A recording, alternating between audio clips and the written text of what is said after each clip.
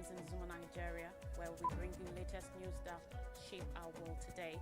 We begin with 3 dead, 15 hurt in Shanghai supermarket stabbing attack. The American pleads guilty in Russia for fighting in Ukraine. Israeli strikes kill 3 civilians in Damascus and Syria. Israeli troops enter Lebanon, launch ground offensive, and Xi vows Taiwan's reunification ahead of China's 75th anniversary. 3 people have been killed and 15 others wounded in a knife attack at the suburban supermarket in China's biggest city, Shanghai. The attack took place on Monday in the city's southwestern U.S. in a series of stabbing incidents in major Chinese cities this year. The local Songjiang police branch said in a statement on Tuesday that the suspected 37-year-old man, Sonim Lin, was taken into custody shortly after police were responding to the attack. Early probes suggested Lin had journeyed to Shanghai to vent his anger following a personal financial dispute, police added. The knife attack took place as China is getting ready for the traditional Golden Week holiday, which falls around National Day on October 1st. Public stabbing incidents have risen over the years in China, with authorities often putting the blame on mental illness. A 10-year-old Japanese schoolboy was stabbed in the southern city of Shenzhen and died of his wounds last month. In May, a man killed 8 people and injured 1 more with a knife in the city of Xionggang, a central Hubei province. In 2022, a man went on a stabbing spree at a major hospital in Shanghai, injuring 15 people. He was later sentenced to death. On judicial matters, according to reports, Stephen James Hubarb, a U.S. citizen, has pleaded guilty in Moscow court to charges of fighting as a mercenary for Ukraine.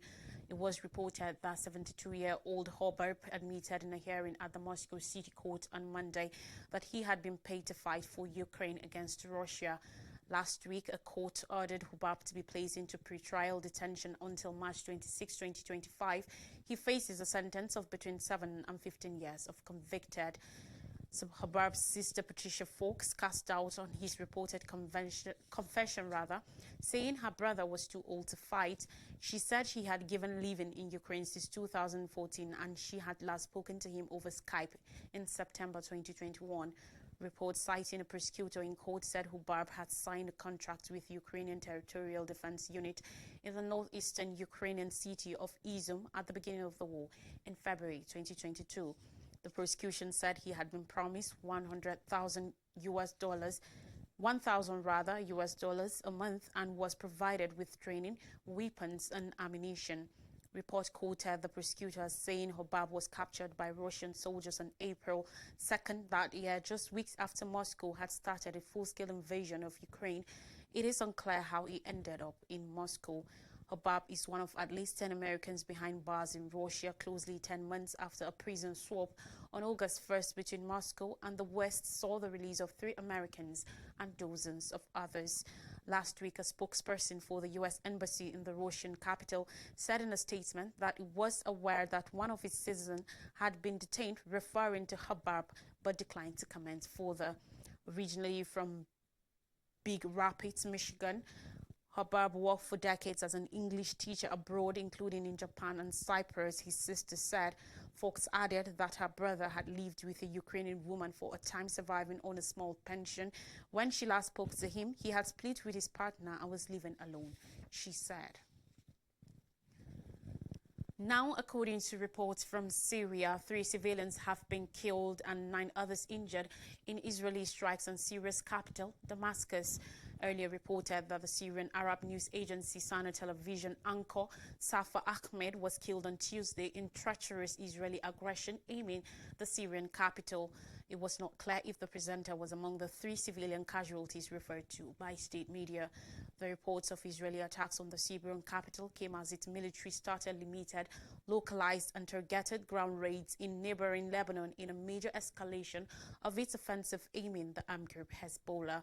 Israeli attacks killed at least 95 people and injured 172 others across Lebanon on Monday, according to Lebanese authorities. In his first address since Israel's killing of Hezbollah leader Hassan Nasrallah, the group's deputy leader Naim Qassem said on Monday that his forces were prepared and ready for a ground invasion. The spillover of fighting into Lebanon and Syria has triggered fears that the war in Gaza could intensify into a broader regional conflict. United States President Joe Biden on Monday called for an immediate ceasefire in Lebanon. Last week, Israeli Prime Minister Benjamin Netanyahu rejected proposals for a ceasefire with Hezbollah after the United States, the European Union, Australia, and a number of other countries issued a joint call for a 21-day pause in fighting. Meanwhile, on Israel-Lebanon war, Israeli forces have advanced into Lebanon, the military has announced in a statement as it launches an expected ground offensive. Early on Tuesday, Israel's military reported that its forces had started targeted ground raids on villages in southern Lebanon. The incursions backed by airstrikes and artillery began a few hours ago, targeting Hezbollah in villages close to the border with Israel, according to the statement, adding that the raids were limited, localized and targeted against Hezbollah. The sounds of airstrikes were heard throughout the Lebanese capital, Beirut, and smoke rose from its southern suburbs, strongholds for Hezbollah, shortly after Israel's ordered residents of 3 buildings to evacuate. The ground invasion came shortly after it was approved by Israeli political leaders and marks a fresh stage in Israel's war against Hezbollah in its northern neighbor, Lebanon. The Iranian-backed Lebanese armed group said it is in its own statement released on Tuesday that it had aimed Israeli troops across the border in Metula with artillery fire. However, it made no mention of Israel's announced ground incursion into Lebanon. There have been no reports of direct clashes between Israeli troops and Hezbollah fighters who were last involved in ground combat during a month-long war in 2006. Hezbollah started low-intensity strikes on targets in northern Israel 1 day after Israel launched its war on Gaza last October following an attack by the Palestinian group Hamas. Israel last month, however, shifted its focus from Gaza to its northern frontier with Lebanon, with the set aim of permitting the return of tens of thousands of Israeli civilians to their homes. However, its operations against Hezbollah, including the detonation of electronic communication devices that killed 39 and injured thousands, and its subsequent killing of leader Hassan Nasrallah, appear to have raised Israel's confidence that it may now have the opportunity to awe but destroy its long-standing enemy in Lebanon. The launch of ground operations inside Lebanon appears to have been agreed between Israel and its main ally, the United States, despite earlier calls from Washington for restraint. Xi Jinping, Chinese leader, reiterated his promise to achieve reunification with Taiwan on the eve of Communist China's 75th birthday as Beijing flexed its military strength in the run-up to the national holiday. On Monday, at a state banquet celebrating the founding of the People's Republic, Xi used his address to underscore his resolve to achieve the complete reunification of the motherland. China's ruling Communist Party claims Taiwan as its own, despite having never controlled it, and has sworn to reunify with the self-governing democracy by force if necessary. But many people on the island view themselves as distinctly Taiwanese and have no desire to be part of Communist China. Since 1949, the two sides have been ruled by separate governments after the end of the Chinese Civil War. The communists took power in Beijing and founded the People's Republic of China on October 1st, 1949, while the defeated nationalists fled to Taiwan, moving the seat of the Republic of China from the mainland to Taipei. Successive Chinese leaders have promised to one day take control of the Taiwan, but Xi, China's most assertive leader in decades, has increased rhetoric and aggression against the democratic island, stoking tension across the strait and raising concerns for a military confrontation. He also called for deeper economic and cultural exchanges across the Taiwan Strait and promotion of spiritual harmony of compatriots on both sides. Beijing has tagged Taiwan's President Lai Ching-te a dangerous separatist, and tensions have retreated up since Lai's inauguration in May, during which he called on China to cease its intimidation of Taiwan. Taiwan officials say Beijing has increased military operations around the island in recent months, including drills in May that the Chinese military said were intended to test its ability to seize power over the island. Taiwan's defense ministry on Sunday said it was on alert after detecting multiple waves of missile firing deep in island China. The missiles were fired by the Chinese People's Liberation Army's record force in the inland regions of Inner Mongolia, Gansu, Qinghai and Xinjiang, the ministry said in a statement, adding that Taiwan's air defense forces have maintained a high level of vigilance and strengthened their alert. It comes just days after China fired an intercontinental ballistic missile into the Pacific Ocean for the first time in 44 years in a sporadic public test that analysts said was intended to send a message to the United States and its allies amid intensified regional tensions. The issue of Taiwan has become a major point of confrontation between China and the United States, which maintains close but unofficial ties with Taipei and is bound by law to supply the island with weapons to defend itself. On more stories now, port workers' strike begins across East and Gulf coasts.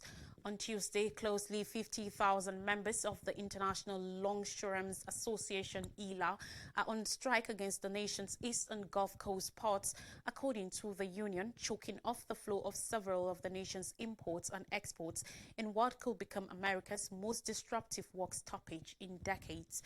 The strike, which was also confirmed by the Port Authority of New York and New Jersey, as well as the ports in Virginia, started at midnight. There appears to be a broad gap between the union's demands and the offer of the United States Maritime Alliance, which uses the acronym USMX. The Maritime Alliance represents the major shipping lines, all of which are foreign-owned, as well as terminal operators and port authorities. The strike will stop the flow of an extensive variety of goods over the docks of nearly all cargo ports from the Maine to Texas. These include everything from bananas to European beer, wine and liquor, along with furniture, clothing, household goods and European autos, as well as parts needed to keep U.S. factories operating and American workers in those plants on the job. It could also stop U.S. exports now flowing through those ports, hurting sales for American companies.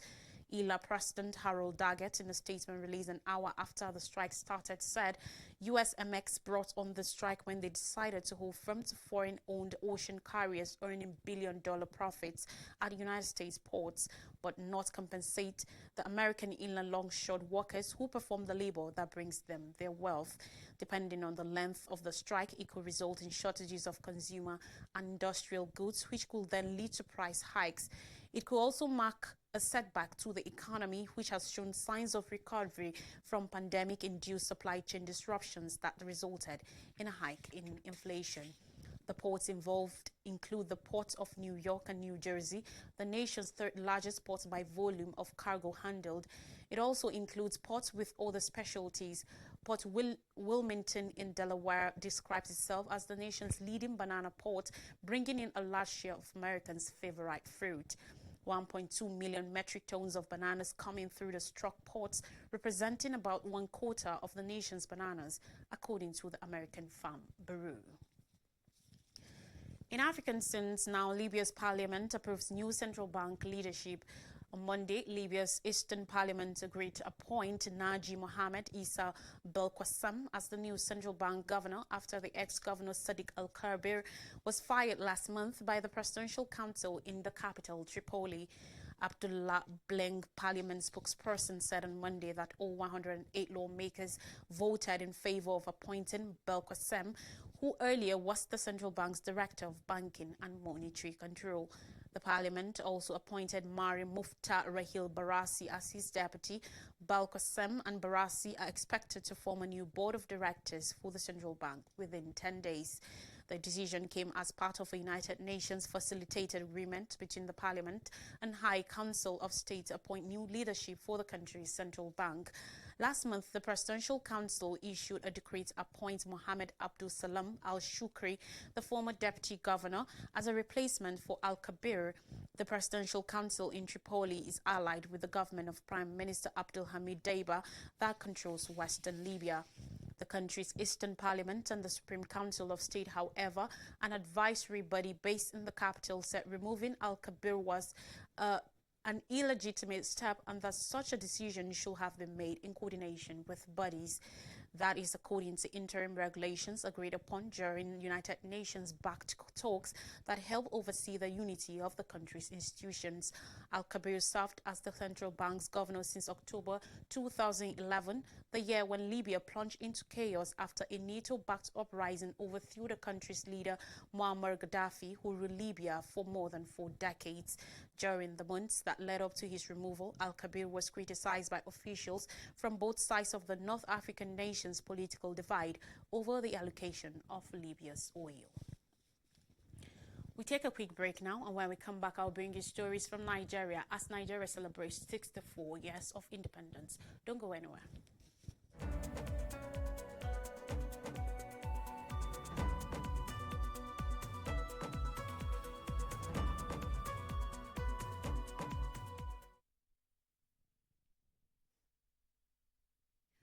Welcome back, and now stories from Nigeria. We begin with 64th independence. Tinubu admits struggles, urges patience. President Bola Ahmed Tinubu has acknowledged the country's present economic woes while outlining his administration's effort to steer it towards prosperity as Nigeria celebrates its 64th Independence Day. In his national broadcast this morning to mark Nigeria's 64th independence anniversary, Tinubu highlighted the difficult economic situation his government inherited. In spite of these challenges, the president appealed for patience and expressed optimism, assuring citizens that his administration was implementing several measures to lessen the cost of living. On the security front, Tinubu announced that his administration was winning the war on terror and banditry. According to him, the aim is to eliminate all threats from Boko Haram, banditry, kidnapping for ransom, and the scourge of all forms of violent extremism. Within 1 year, he said the government forces had eliminated Boko Haram and bandit commanders faster than ever. Further stating, President Tinubu said his government has been responding to the recent natural disasters, particularly the flooding in parts of the country, highlighting numerous economic achievements, including attracting over $30 billion in foreign direct investments in the past year. He also noted an addition in foreign reserves from $33 billion to $37 billion despite clearing a $7 billion forex backlog and reducing the debt service ratio from 97% to 68%. The president promised to step ahead with fiscal policy reforms, announcing the approval of economic stabilization bills by the Federal Executive Council (FEC). Once passed into law, these bills intend to form a more business-friendly environment and reduce the tax burden on business and workers. According to him, the economy is undergoing the required reforms and retooling to serve the country better and sustainably. Tinubu praised the governors, particularly of Kebbi, Niger, Jigawa, Nasarawa, Kwara, and the Southwest governors who have embraced the agricultural production program and urged other states to join the federal government in investing in mechanized farming. According to him, the government is playing its part by supplying fertilizer and making tractors and other farm equipment available. The president last week said the Federal Executive Council approved creating a local assembly plant for 2,000 John Deere tractors, combine harvesters, disc riders, bottom plows, and other farm equipment. According to him, the plant has a completion time of 6 months. In a bid to engage the youth, he constitutes over 60% of Nigeria's population. Tinubu announced plans for a national youth conference. Reflecting on Nigeria's journey since independence, President Tinubu acknowledged both progress and setbacks. The president celebrated Nigeria's resilience, emphasizing how far the country has come since gaining independence in 1960. He pointed to the nation's success in many areas such as science and technology, infrastructure, while acknowledging that realizing those dreams remains an ongoing effort. The president urged Nigerians not to focus solely on past mistakes, reminding them of the major progress made in keeping the country united despite numerous crises, including the civil war that almost tore the nation apart just 6 years after independence. He also called for renewed commitments from all citizens to continue the work of nation building, acknowledging that while much has been achieved, there are lessons to learn from the past to ensure a brighter future for generations to come. He concluded with a plea for unity, urging Nigerians to join the administration in its fight for a greater Nigeria where every citizen can succeed and every child can grow up with hope. Meanwhile, still on Independence Day, IGP orders crackdown on miscreants.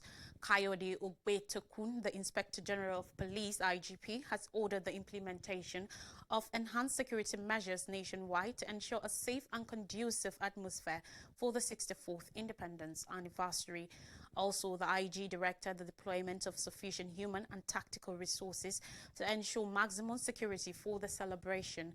On Monday, the force spokesperson Muyiwa Adejobi stated that the police, in synergy with other security agencies, will fortify various designated event venues and major highways across the country to forestall any threats to lives, property, and the celebration. Ogbetokun also urged police officers deployed for various operations to be professional in their conduct. He said, and I quote, "Additionally, the IGP has directed all personnel deployed for various operations during the celebrations to be cautious and firm in their engagements with members of the public." The Inspector General of Police also facilitates with Nigerians as we commemorate our independence anniversary, noting that Nigerians are urged to reflect on the journey, triumphs and challenges that have shaped our nation, honoring the sacrifices of our founding fathers and the generations that have contributed to our nation's growth, unity and progress. The IGP reiterates that the Nigerian police force remains committed to safeguarding our nation's security, ensuring peaceful coexistence and upholding the rule of law. We are dedicated to serving our communities with integrity, compassion and professionalism. As we move forward, let us rekindle our sense of national pride, foster unity and work together towards a brighter future for all Nigerians. And finally on the news, Nigeria as 64 leaders groups call for unity to address challenges. Yesterday, ex-President Goodluck Jonathan, former Vice President Atiku Abubakar, some state governors and the Nigeria Labour Congress (NLC), People's Democratic Party (PDP) and other interest groups facilitated with Nigerians on the 64th Independent Day celebration and called for national unity in addressing the present challenges facing the country. In his goodwill message, Atiku congratulated Nigerians for keeping the determined spirit alive and urged all citizens to unite against any form of authoritarianism. Dick Irada, Katsina State Governor, in his Independent Day message, called on Nigerians to embrace patriotism and unity, saying that the strength of the nation lies in its diversity and shared dreams for a prosperous future. Goodluck Jonathan, in his Independent Day goodwill message, urged Nigerians to remain optimistic and resilient and never lose hope in the dream of building a great and prosperous nation in spite of the challenges the country is presently facing. Also, Governor Sheriff Oboweri of Delta State, in his message, urged Nigerians to work in unity to surmount the economic and security challenges facing the country. The Deputy President of the Senate, Senator Barrow Jibrin APC Kano North, in his goodwill message, appealed to Nigerians to remain resolute in the promotion of national unity, support and prayers for the government to succeed in its efforts to turn around the country's fortune positively. Dr. Orji Kalu, Unity Chairman, Senate Committee on Privatization, in his goodwill message, described Nigerians as hardworking, resilient and patriotic and urged the political class to use their positions to advance the cause of the people. The People's Democratic Party (PDP) has urged Nigerians to use the Independence Day anniversary to revive the spirit of nationalism in defense of our democracy and national sovereignty against the emerging totalitarianism being foisted on our nation by the All Progressives Congress (APC). Meanwhile, the Nigeria Labour Congress (NLC), in its goodwill message, called the downtrodden Nigerians who bear the burden of broken pledges and exploitation not to lose hope over the betrayal of monumental proportions by the political leadership at various times and levels. Yesterday, the Yoruba socio-political organization Afenifere tasked governments at all levels and politicians to implement policies that will improve the lives of Nigerians. The Conference of United Political Parties (CUPP) called for sober reflections, saying that most Nigerians were currently indifferent about this year's anniversary because the day reminds us of decades of failed promises. A recap of major stories says 3 dead, 15 hurt in Shanghai supermarket stabbing attack. Elderly American pleads guilty in Russia for fighting in Ukraine. Israeli strikes kill 3 civilians in Damascus, Syria.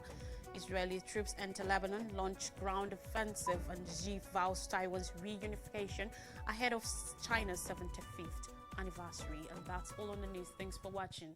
Happy Independence Day, Nigeria. Once again, have a good day.